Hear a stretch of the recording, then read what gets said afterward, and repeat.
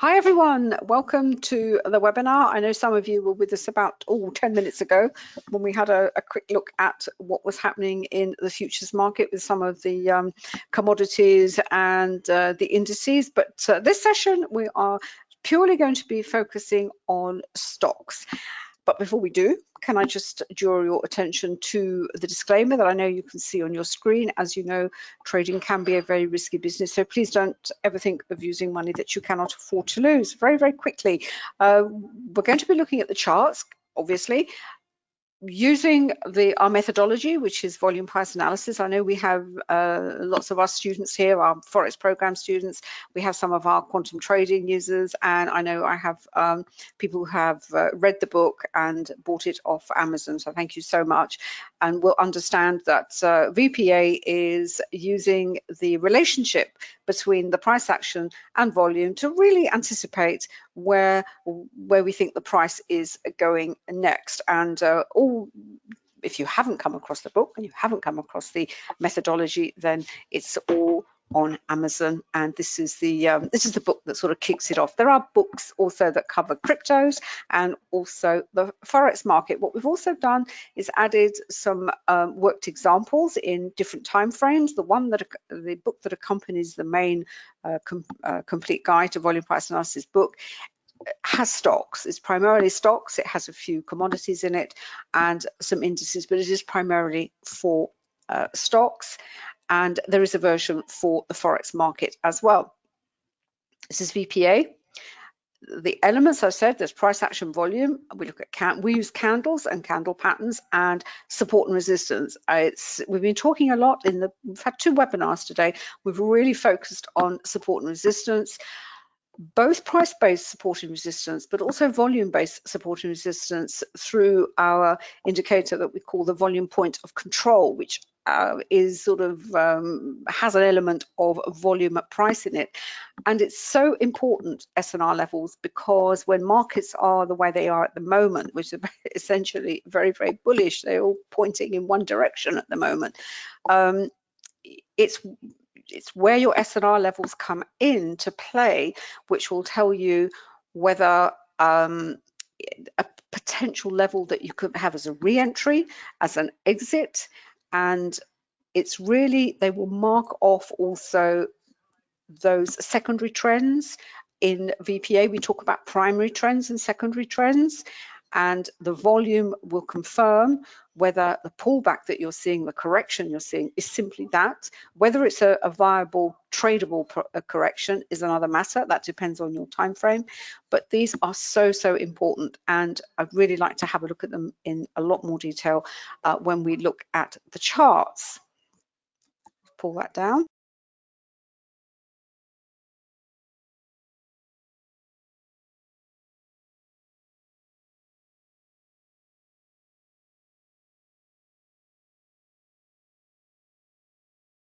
If I turn myself on, this is the first time you've come along to this session. May I suggest you look at it's the webinar from 2 weeks ago, because I'm going through a kind of process with stock selections, and because one of the issues with trading stocks is actually finding a stock to trade. Now, this is when you start. What we say to our Forex traders is, with Forex it's a lot easier. I know there's hundreds of pairs, but realistically, most traders stick to the 28 that derived from the G7, G8 countries. So you end up with 28 pairs, and your approach is you can either look at all 28 whenever you're trading and you just pick the one that comes up with the best trading opportunity, or you can specialize, or you can, depending on your time zone, you get to know you have a little portfolio of pairs that you simply focus on. You get to know what their technical I call them technical quirks, because what you find when you look at any market, any instrument, you'll find that they react to certain candle patterns a bit more than others. They will perhaps come off a certain level more. I don't know why, but they develop their own little characteristic personalities, as it were. Well, you know, with Forex, it's dead easy. If you're going to trade the British pound, you've got 7 pairs that you choose. You might choose to do 3 or 4. Now, sometimes you might have to face the fact that, you know, there's not going to be a trade to take, but it doesn't matter because, you know, the market's always there and there'll be a trade tomorrow or in the next session. Then that also begs the question, as a trader, once you've perhaps got this selection, do you develop a particular tactic, what we call a tactic, and this is explained in the program. In other words, do you look for reversals? Do you look for breakouts? It's a tactic. You have to be comfortable trading. So you've got your little, you know, you've got your little group of pairs, and you think, okay, I like a reversal trade. So you wait for the reversal setup, as it were. Or do you say, actually, these are my pairs. I understand price action. I understand chart structure. I understand if a chart is in a congestion. I understand if it's in a reversal. I'm actually going to trade the chart as I see it. And we're going to cover that in a little bit more detail in subsequent webinars. But let's go back to selection. Last week we looked at this is, you know, imagine you're starting and you really don't know what kind, you know, where do you start? It's, you know, you've got thousands of stocks out there, and what we've been looking at is trying to look for stocks using sectors, because, you know, what sector is moving, what sector isn't moving. And what I've done this week is I've come up with some more resources for you to help with that judgment, and also seeing what stocks have been moving in the best sectors or even the worst performing sectors. Because if you have a really sector that's been, you know, downbeat, you know, right at the bottom, and we saw that last time when we looked at this, here we are, this little heat map here, and we looked at the energy sector. And we can see here since 2018, it's been absolutely, you know, down at the bottom. Now, like everything, when something's down at the bottom and so oversold, eventually it's, you know, it's going to climb higher. What have been the strongest sectors? Well, there's no surprise. It's been the tech sector, and you know, it's just a fantastic little resource. So that was, you know, that's what we did last week. But we're going to carry it on a little bit further, because what we actually want to see is, what are they doing at the moment? So we know that's a kind of long-term view. And what I've come up with is actually from Fidelity, and it's free. Everything I'm doing so far is actually freely available. I'm actually going to go probably to some paid version, because it does involve kind of hopping around different sites, which can be, you know, a little bit time consuming. But for the time being, let's just have a look at this from a, you know, using the free stuff that's available and learning, you know, all the different elements and what you have to sort of pay attention to in terms of, you know, looking for selection. So here we have all the performance of the sectors. And the nice thing is, it doesn't rank them, it just gives you what they are. But you can see here what's performing well. It's as of, where was it? As of yesterday. So it's fine. It's reasonably, you know, accurate, as it were. So I've simply looked at it. I had a quick flick through, and I actually looked at energy. And the reason I looked at energy was primarily because the whole sector in the last, certainly for the last 3 years, has been, as I said, right at the bottom of the ranking. And this is where I stopped. So I stopped at Fidelity simply to see what it'd been doing. There is the similar sort of information on FinViz, but it's not quite as detailed. It doesn't give you what the percentage change is. And, you know, as I said, I just said, right. So we looked at energy. I investigated a little bit further on Fidelity, but I didn't find it very user-friendly. It wasn't giving me the information that I wanted. So then I went over to, you may have come across this chart, this site before. It's called Stock Charts. It's a fantastic resource. But I'll actually go back a little bit, because I've selected energy. Let's go back. Right, here we are. Right, and you've got the similar sort of sectors. Now, the great thing about stock charts is it actually ranks them. So you've got green and you've got the worst performing ones, end of day, basically. I think you can actually, yes, you can put year to date, 6 months, which is even, you can refine it. Let's take end of day because we're looking for something, you know, immediate, as it were. And what I looked for was I looked at, I think, yes, energy. So there we are. So I know it's a performing sector. So I flicked that up. I went there. I looked at, these are the subsectors, because you have a sector and then you have the stocks are grouped, if you like, into their peers. And I looked at that and I thought, oh, the top performing one is oil equipment and services. That's great because it's got a nice green bar. So you click into it again, and that will bring in up all the stocks that are in this subsection of the energy sector, as it were. And you can see here, you know, everything's been doing really well. As I said, everyone's buying everything at the moment. And I looked, oh, okay, fine.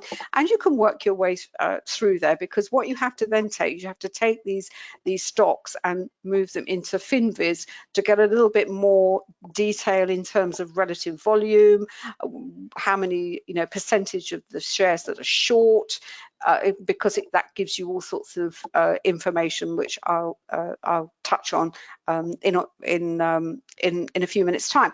But I looked at this and it was all, as you can see, it's all a sea, pretty much a sea of green, and then you get to red, and I thought, oh, that looks interesting. That's it. How come? I'm always, you know, again, possibly because, you know, like things at an extreme, when things are at an extreme, then maybe you are going to get a reversal. So I looked at Tusk, which is Mammoth Energy Services, and I didn't actually use this site, and I didn't take it any further. I simply kept it. I just used it for this purpose of the filtering. But it delivered this. I thought, well, I wonder what Tusk is up to. So I went over to, this is when FinViz really does come into its own. Again, it's free. I suggest you sign up, because then you won't be bombarded with the ads. You get one or two, but you know, you don't get a whole screen full of ads. And what we're looking for, the criteria we're kind of looking for is essentially, well, if you look for a stock that has a very high short ratio, and that means it's very heavily shorted, and in fact, that's a stock we looked at 2 weeks ago, which was AHT. As I said, if you were along 2 weeks ago, you will remember I looked at AHT. It caught my eye because it had a very high short ratio, and I said, and I checked what I'd actually said on the YouTube video. I said, that looks interesting, potential for a short squeeze. And you know, we'll look at the chart in a minute and we'll see what happened. Hasn't got a huge short ratio. Then we look at the relative volume. Now the relative volume, this number is incorrect actually. I don't know why they put a K there, but what the relative volume, this is the sort of average volume of shares traded.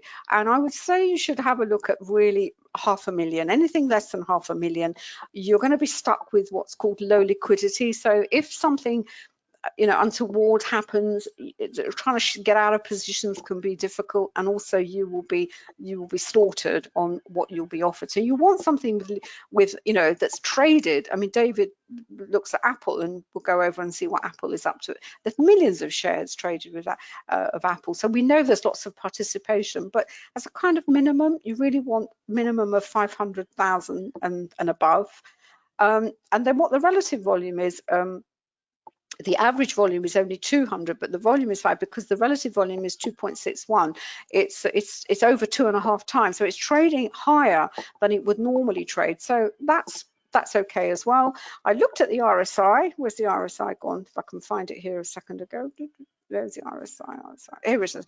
It's at 30, so it's, you know, it's not down at the bottom, but it gives us some indication. I've got a kind of chart up here, but what I actually did was I then put it into my NinjaTrader, and this is AHT. Let's do Tusk for a minute. Let's have a look. There we are. Tusk Daily. Well, Tusk Daily is quite interesting actually, because we can see it's actually been in a downtrend since since the break, this is what I'm talking about, breakaway or reversal trading from highs and lows. It actually broke from the volume point of control here at, it was $5 and $5.50, about $5.50, or went through these levels. I've talked about support and resistance. We measure support and resistance because we've developed our own indicators for it. We use price-based support and resistance with the Camarilla, and also what we call the accumulation and distribution indicator, which is this hatch line here. And what it does, the accumulation and distribution, is the more times it's tested, then the stronger that it becomes. But we also have volume-based support and resistance that is just derived from the volume point of control. And this is where these bands appear across the chart. And in fact, it pulled away, it went in, we had a consolidation, and then we've had this, quite big fall and the bounce off the volume support in about 370, something there, and it's also at the S4. So you've got a kind of confluence of levels where potentially, is this perhaps going to go high? And it has. It has a little bit of a, it's had a little bit of a pullback. Let's go down to the 10-minute chart, and I've got another site to show you where you can find more details of the data for this particular chart. What have we got here? Let's have a look. This is the open. This is today's. This is yesterday. This is the fall that we had yesterday. And I think I mentioned always look at what happens at the close of a stock and whether you can see buying coming in. And we know there's buying coming in when we have deep wicks to the bottom of the candle, the candles supported by these by high volume. So what was going to happen today? The chances are it was potentially going to, have a little bit of a bounce. It's also coming off the volume point of control. We had quite a lot of volatility yesterday, so maybe it's, when you have volatility, it does take time for the market because a lot of energy comes in to calm down. We know there's volatility because we've got the volatility indicator, and eventually we've had one, two, three, we have 4, 5 candles, volatility candles, and eventually we've now gone into a little bit more of consolidation. So that was Tusk. What I want to show you as well, if you want to take this further with more information, this is another site. It's called Marketbeat.com. because the data on FinViz can be a little bit out of date. So what it tells you, this is the current short volume, this is the previous short volume, and you can see the short volume has actually reduced slightly. So maybe the shorts are deciding, they don't want to get squeezed, who knows. What's also interesting in this metric is the days to cover, because if you're going to maybe target a stock that, excuse me, is heavily shorted, that number has to be 6, 5, 6, 7. It tells you the number of days that it's going to take. It's called days to cover, and basically the higher the number is, the bigger the squeeze is likely to be. So if you are going to use that as a filter for looking for a stock, in other words, a stock that has been so heavily shorted that it's going to get a short squeeze, look to the days to cover. If it's a small number, then there may be a move higher, but it's probably not going to go very far. And looking at the daily chart, maybe that's what we are seeing at the moment. And you also need to see what percentage of the float is actually short, and it's only 1%. So that's not very high either. And you can get this up to, this is from a company called Marketbeat. It's a little bit kind of not tortuous. You've got to sort of, go around and start to understand this aspect of the stock itself. Now, this is without all the, I said I would also cover at the fundamental metrics that you can also start to put into it, because when in our Forex program, it's what we call it a 3-dimensional approach. You have the technical analysis. We use VPA, that's fine. You will know Wyckoff's laws. You'll understand a primary trend, a secondary trend, etc., etc. You then have to understand the fundamentals to do with stocks. It's obviously the earnings, but it's also what's going on in, on the economic side. Is, as I mentioned last week, if it's a financial stock, well, what are interest rates doing? Because banks have one product, which is a debt. They get involved with mergers and acquisitions, but essentially it's fees and debts. And then you look at the related markets, and the related markets are also, what is the broader landscape? This is an energy stock, okay? Now the energy, this is oil, and we know, what the administration has said in the US, that everyone wants to move away from fossil fuels, from oil. They want to go to the green, renewables, etc. Maybe these kinds of stocks are going to start getting hammered. Everyone's going to carry on buying Tesla, batteries, electric vehicles, etc., etc. So that's what we mean by the fundamentals, the background, and then the related markets is in terms of sentiment. So this is oil. What's the oil price doing? How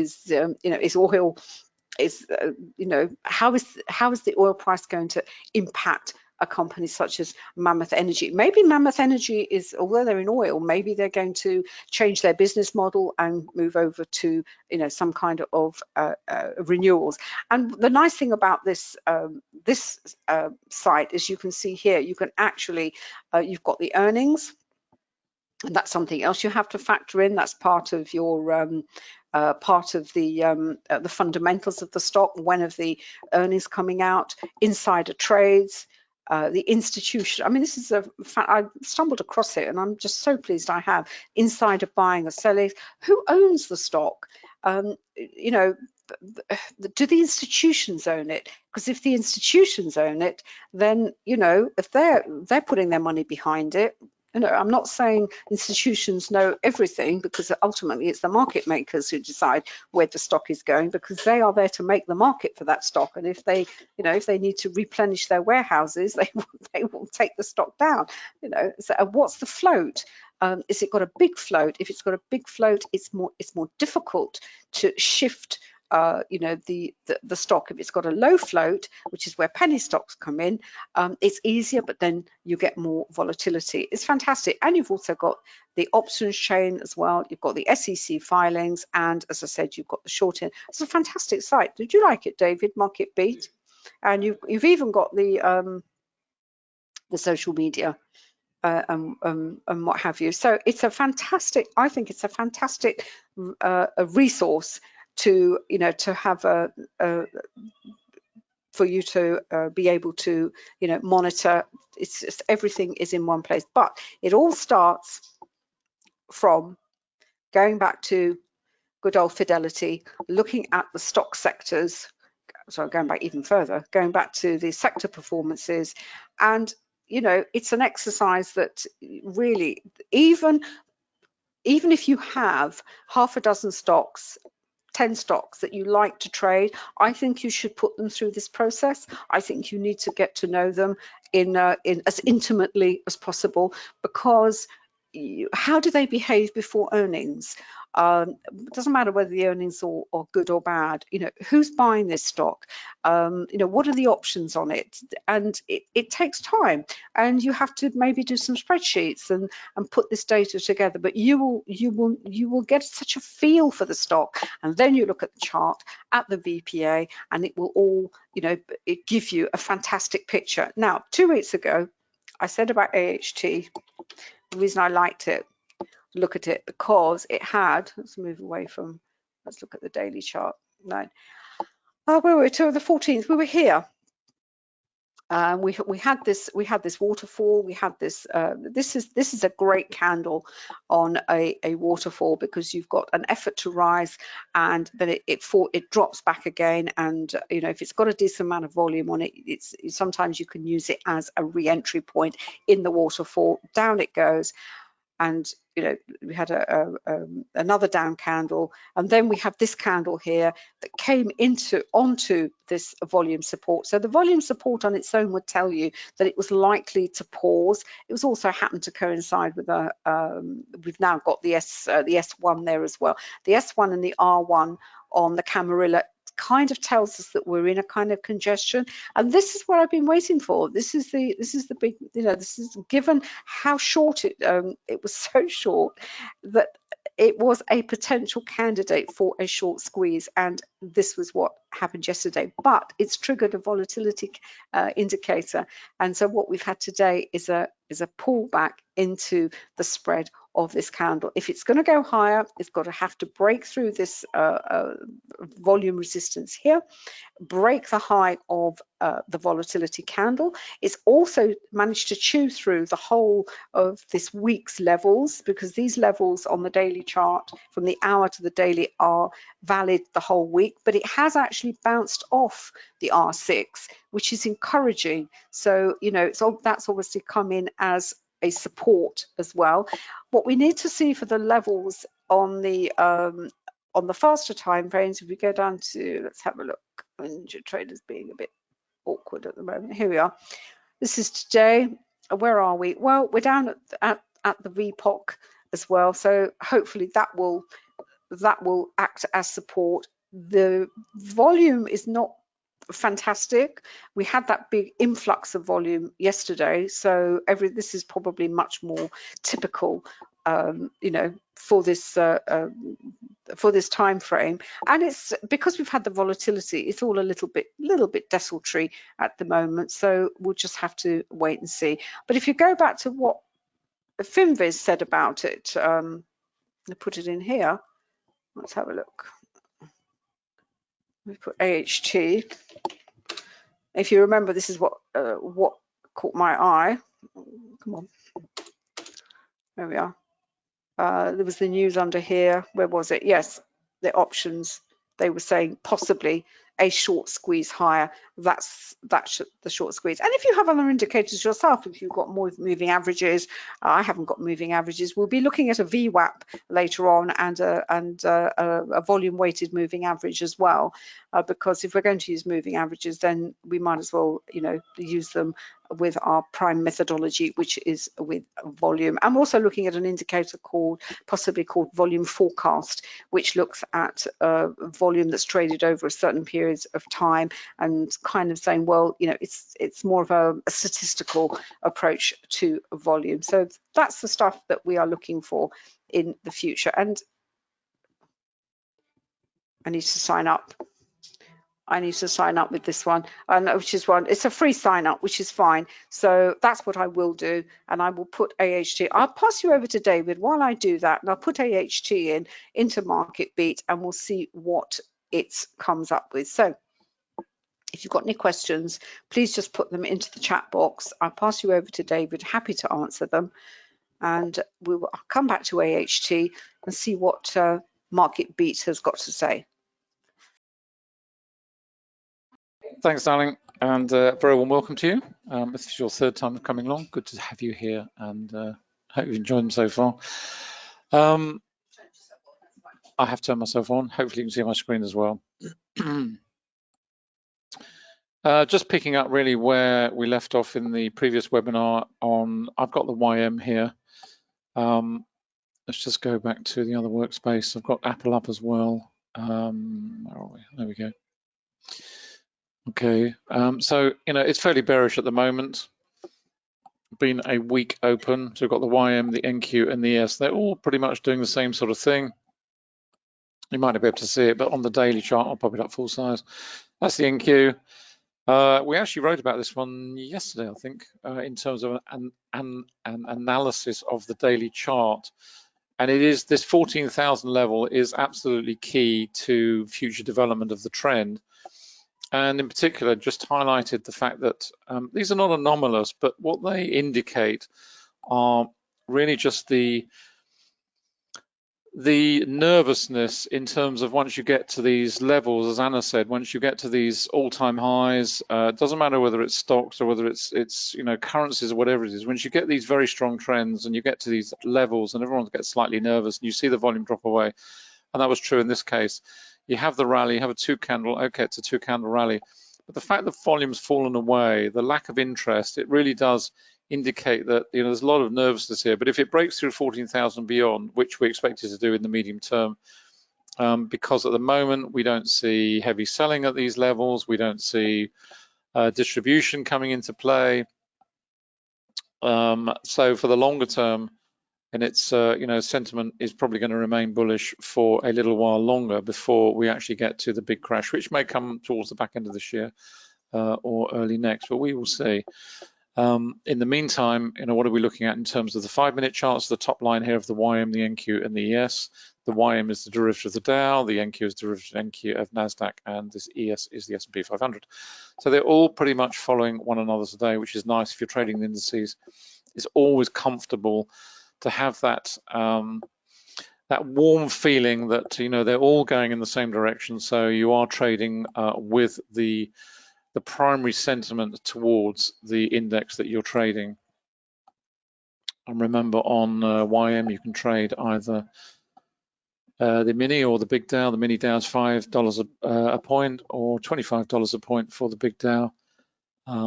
It depends on, or you just trade multiple lots of the mini Dow and work your way up that way. But that's what we're seeing at the moment. Obviously, the trend monitor is red. This is on 15-second. I'm not suggesting that you do go down to those sorts of time frames. I do, but then they don't suit everybody. You have to be very quick and light on your feet and know what you're doing.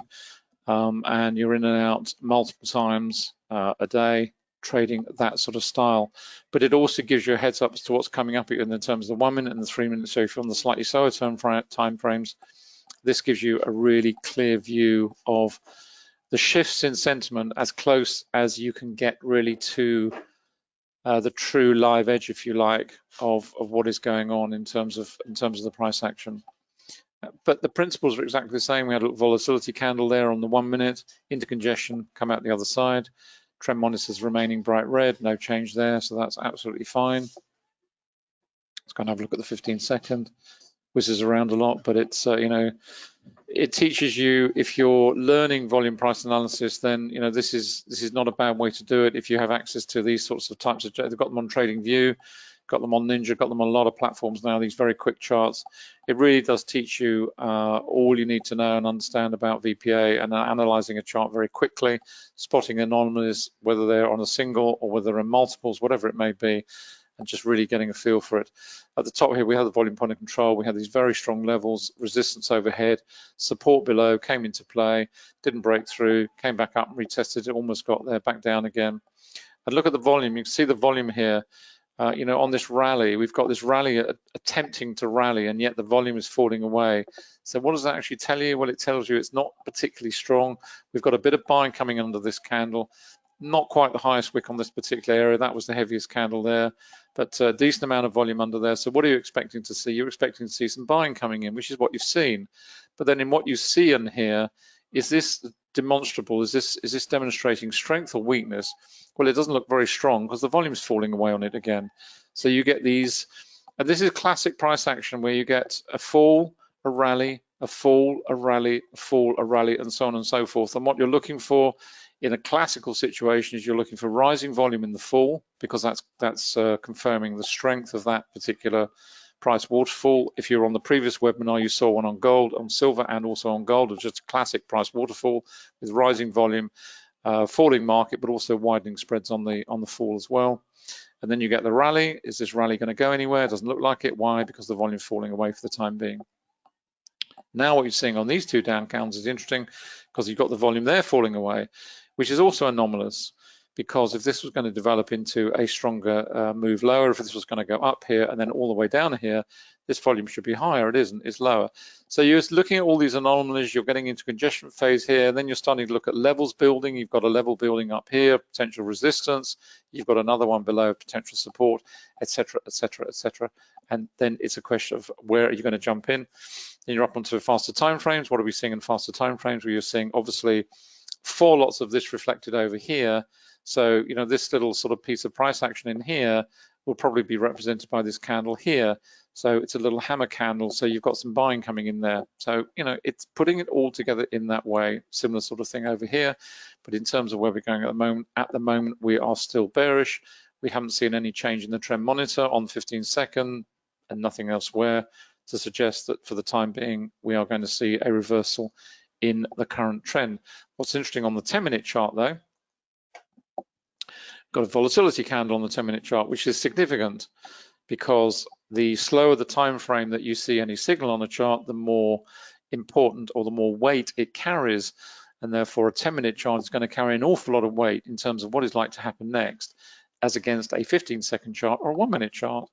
And so it's important, and that's another reason for having multiple time frame charts, because they give you that signal, and then when that rally starts to occur up here on the 1-minute or the 15-second, the 1-minute and the 3-minute, etc., down here on the 10-minute, it gives you another reason as to why that's happening, because you're seeing a price congest within the spread of the volatility candle, which is what you expect to happen, and possibly a full-blown reversal thereafter. So that's where we are in terms of indices at the moment. Let's just go on to the Apple page. And obviously let me just pull up the daily, probably the best place to start. I'll just pull that out a little bit. There we go. This is where we are on the day. Now, obviously, yesterday, how were they presented? They called them, Apple had a blowout quarter. Fantastic quarterly results, you know, amazing. And price goes down. And why is that? Well, that's just a mechanism for the market makers to jack the price up, because, you know, you look at it on paper and you think, well, there's only one way this stock is going to go. I mean, they are just stellar results. It has to go up. And these are the traps. You see them in stocks, you see them in currencies a lot, where there'll be some sort of announcement which is either positive or negative, or a piece of news, and the market will go in the exact opposite direction that you expect it to. That's just the way it is. And what we see here is we've got a gap up on Apple. It went to beyond 136. Now it's come back down again. And of course, all those traders up here are stuck. And the other point about it is that a lot of this will have happened in pre-market. And Anna mentioned, this is where we're on 10-minute on here. So we're into, you know, pre-market price action. But what this also tells you, what this price action also tells you about this particular stock, which is in a way obvious, is that it is heavily, heavily traded. Because if you pull up other stocks in the pre-market, some of them will do absolutely nothing. Others will be very spotty price action. But in terms of teasing out those particular stocks which are heavily traded, and therefore will allow you to trade them very easily, get in and out very quickly. You know, the pre-market or the overnight market price action will tell you that straight away. I mean, this could be any intraday instrument or chart you care to name, but this is actually, you can see that from the volume. You know, this is pre-market, this is overnight, all the rest of it. So it just gives you a heads up as to which stocks are heavily traded, very liquid, and which are not. If you pull up a stock on there and you look at it in the pre-market and there's no price action, it tells you straight away. I mean, most of these are from the Dow 30, so pretty much all of these will be pretty heavily traded in the pre-market, and you'll get good price action with it as well. I'm not suggesting you trade it pre-market. I'm just saying it's a way to select stocks which will give you a view as to their liquidity. In terms of where Apple is right now, it's a question of at what point you buy, because for sure at some point, obviously this stock is going to rally off such good results. All that's happening at the moment is it's a trap move by the market makers.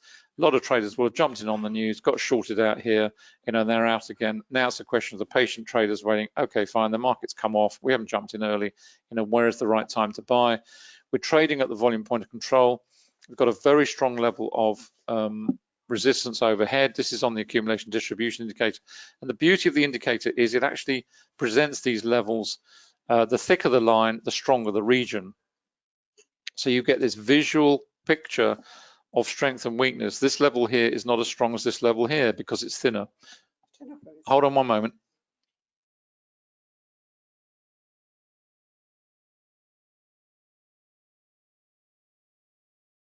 As Anna said, you can always find a reason that a stock has you know, had stellar results and been shorted, and part of it is, you know, it's the counter argument saying, well, if they have these fantastic results, is there going to be a shortage of chip supply? You know, that is the counterbalancing argument, and that's just the way it is. In terms of trading it, what you're looking at is from a technical perspective.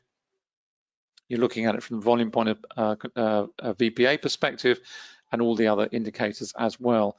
But in terms of what is going on right now, there is definitely support coming in. You can see it here. We've got some buying coming in here. Wick to the lower body. We've got lots of volume under there. Obviously not as big as the open. That is where you're going to get the heaviest. Huge down candle, volatility trigger, lots of volume under it. It's what you expect to see. In question of where you're going to jump in is, you know, it's all back to levels again. If we go right back up onto, where are we? We're on the 1 minute here. Okay, we're on the 1 minute time frame. If you were looking at this from a pure levels perspective, where would you be comfortable getting in, given we're trading at what, 134, 27, 28?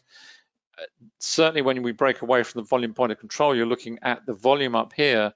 And in terms of effort to get through here, this is the region that you want to be getting in. So you wouldn't be doing anything, in my humble opinion, until we perhaps get to something like 134.80, when this volume starts to drop away dramatically, because at that point, then it would be a much easier journey for the stock riding through this level, riding through this region, because volume acts in exactly the same way as does price in terms of resistance. So as you would expect from price-based resistance, exactly the same thing will apply from volume. So you're always looking at the chart from a volume and price-based perspective in terms of what have I got ahead of me. Let's go up to a slightly slower time frame. I mean, this area up here, you've got two monster levels of coming up from below, obviously resistance. So anywhere when we get to 136.60, if the stock, once the stock gets back to that sort of level, that is a massively significant level, because the price there, price-based resistance is really going to come into effect. So if you were taking this trade and maybe looking at 135 and beyond, that's fine. Okay, so you've got maybe $1.60 there before you hit some really, really serious resistance. The irony is you've got very light volume above it, and on up to 137 and beyond. That's the judgment call. It's a question of waiting and being patient and having these on the chart and understanding where they are. If we go down onto, let's have a look at the, what's this one, 15 minute. The issue here is you can, first of all, you can see the buying coming in here. You've got buying under this candle, you've got buying under this candle, deep wicks the lower body, you've got support below, decent volume under there. You know, the market is trying to rally, but overhead you have this huge resistance area which is going to come into play at something like 134.70 or 80. But if it gets through there, as I say, at 135, you've got no price-based resistance in the way, and you've got light volume all the way up through here. So you've got maybe $1.50, $2 of relatively light volume, and certainly no price-based resistance to come into play. And you know, it's just about looking at the chart and picking off those areas of the charts that present the opportunity for a trade that is not going to become submerged under or bogged down in either price-based resistance or volume-based resistance. That's what you're looking for the whole time whenever you take a trade in the market. It doesn't matter if it's on stocks or anything else. Just go back onto the YM, see what's going on there. There we go. Yeah, we're out of the way, there we are. Okay, it's still pretty bearish. No great change. We had a bit of a flicker here on the trend monitor, and we have certainly had some changes here over on 15 second. You know, tried to rally, reflected here into these levels, breaking away from the volume point of control. Ton of volume coming in here, so we've got a volatility candle here. Are we going to trade inside that? Quite possibly. Break to the downside if we don't. Looks okay, starting to clear away, but no other volatility triggers on these others. We still got this 10-minute one that I mentioned earlier on, but we seem to be breaking away from that now. We had a little bit of a reversal in there, but it's, it's not holding. It's still bearish. And to go back to the point I was making about trend monitor, it's transitioned in here, but it's come back out into red again. And in terms of the 1 minute, this is all we had. So this little rally here, which looked pretty weak because you can see the volume falling away. So you've got the price rising and you've got the volume is generally falling on the green candles. So what does that tell you? Well, it's telling you it's pretty weak. And all we had was a little change to, we were into dark red and into darker blue, but no change into bright blue, but nothing over on here. And again, you've got it here, this 2 candle arrangement. See that I mentioned on the, I forget which chart it was now, but you've got these 2 up candles and you've got volume falling away. So what does that tell you? It tells you that the interest to the upside is not there. It is weak, because if this was going to develop into anything meaningful, then you would expect to see this rising, and you'd expect to see a little bit wider spread on here, and on upwards you're not. You're seeing this constant effort to rally falling away in terms of falling volume. Got a little bit more buying coming in under here, a little bit more buying here. You can see, we had a volatility trigger here, so we're expecting maybe something, maybe a pause point, maybe a bit of a congestion. Fine, okay, all well and good. And it all comes down to what you're trying to do on your time frame. It doesn't matter whether it's a stock or whether it's an index. If you're a scalping trader on here and you see something like that, you think, okay, fine, I can jump in. How many points am I taking here? 90 to 13, 23, 24 points. It's perfectly fine for many traders. It might do me. It depends on the spread you're getting quoted on that particular index. But, if you're only looking for 10 or 15 points, that's absolutely fine. Jump in. Where's it going to hit? Well, it's not going far. It's going up to 72 here. So it's going, from where we are, 16 to 25. And then what are we going to hit? Well, we're going to hit trouble again, because we're back to the volume point of control and all this stuff here and this huge amount of volume. So is it going to go through there pretty easily?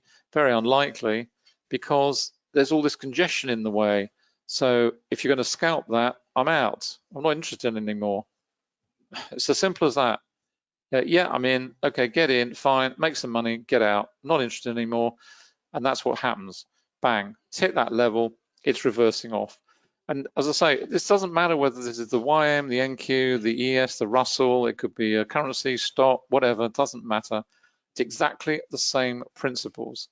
It's all about using the indicators that we've developed and understanding volume price analysis and applying it accordingly. It's very quick on 15 second, but the principles are exactly the same on all the others. You can see it here. This is on 1 minute.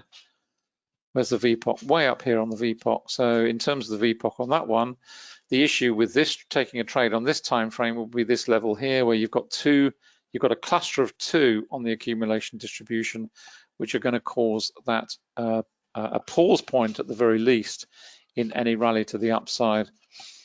Through here was fine. We've got low volume, we've got light price-based resistance, and then we're back up to this region here, which is going to stop the trade in its tracks. Simple as that.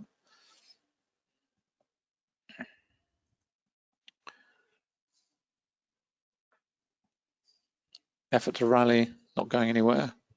So it's all looking pretty weak at the moment. Let's just go and have a quick look at Apple, see where that's going.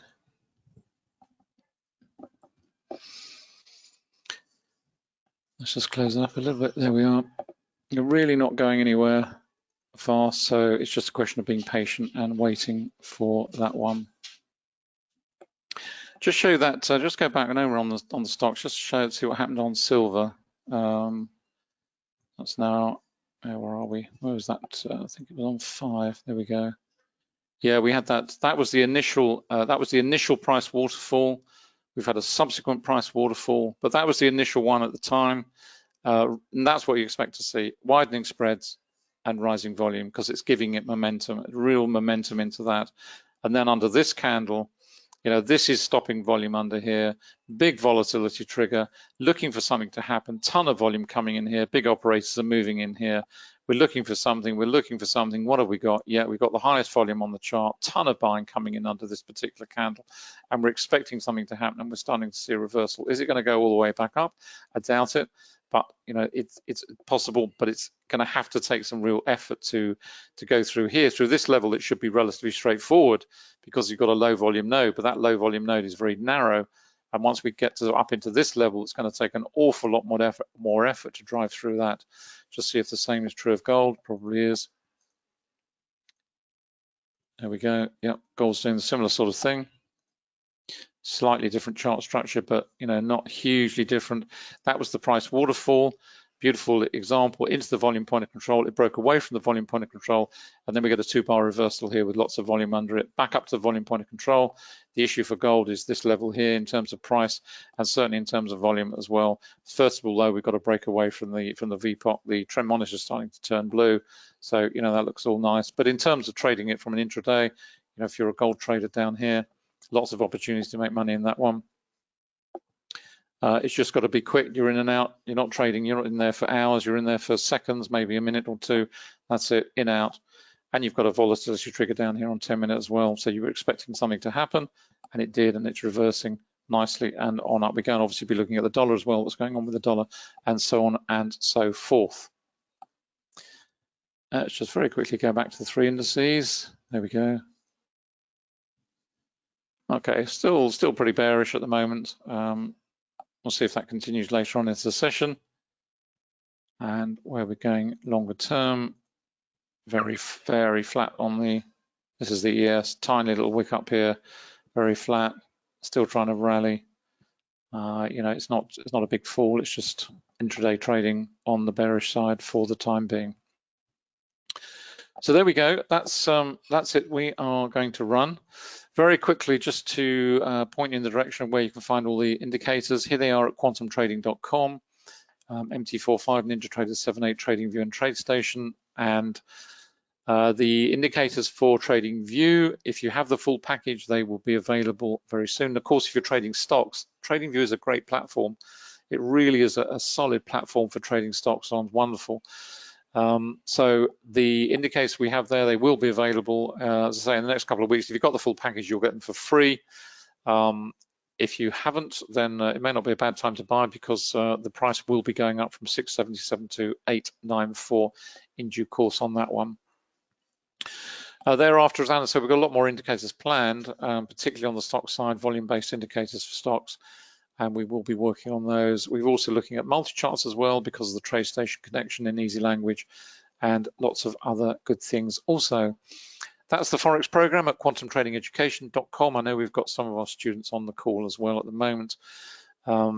It is called the Complete Forex Trading Program. And ironically, I say ironically, we have actually a lot of stock traders on this now, purely because there is a realization that to be a good stock trader, you really have to understand about sentiment, and sentiment is all down to the Forex market, which gives you that in spades. And the program covers everything you need to know. And if you understand how to trade Forex, it will teach you all the relational aspects of the market, which you would need to understand as a stock trader. It's something that most stock traders, most index traders never ever considered this. And I can only tell you that the stock traders who've come onto it have all been so delighted that they have. So, if stock trading is your thing, it's certainly a complete program there for the Forex trader, but it also really covers, for example, the technical analysis is a deep dive into VPA. You've got all the relational aspects, you've got bonds, bond yields, everything else, how commodity markets relate, everything else, stocks, you name it's in there. And of course, we've got the funded Forex trade program for our students as well to trade our money. Finally, if you're looking for Anna's books, they're all over here on annacooling.com. All the books are up there on Amazon in both Kindle and paperback format, and all the links to all the various sites. So there we go.